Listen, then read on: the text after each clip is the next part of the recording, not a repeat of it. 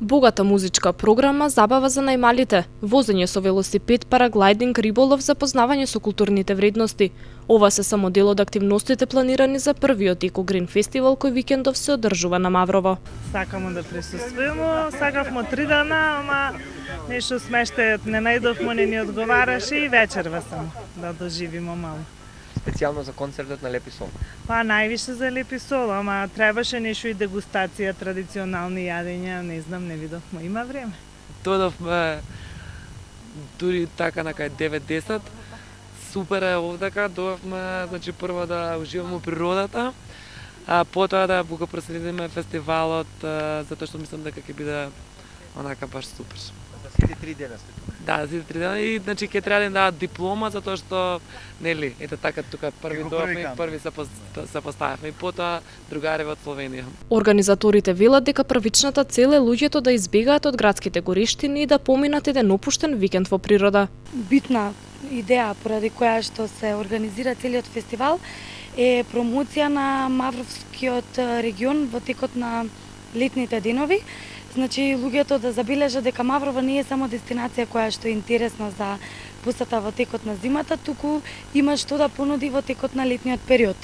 Обидувајќи се да фузираме еден таков проект, го смисливме Еко Зелениот викенд, кој што е првиот фамилиарен фестивал и има за цел да ги привлече луѓето од 7 до 77, да се забавуваат најмладите со нивните родители, да се забавуваат тинејдж групите, да се забавуваат оние повозрасни кои што сакаат да побегнат од работната недела и малку да се опуштат во текот на викендот.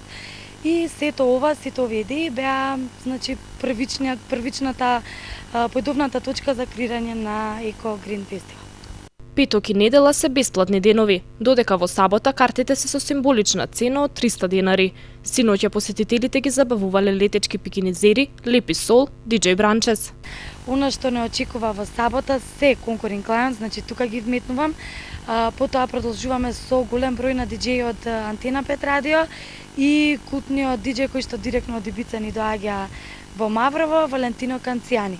Исто така утринските часови во сабота ги дочекуваме со албанскиот диџеј Сап, додека пак во недела имаме голем број исклучиво на македонски имиња, Дани Димитровска, бендот Шайн, Планджи, Five Fingers и голем број на македонски диџеи, додека пак вечерта ја завршуваме со диџеј Кокс, така до раните утрински часови.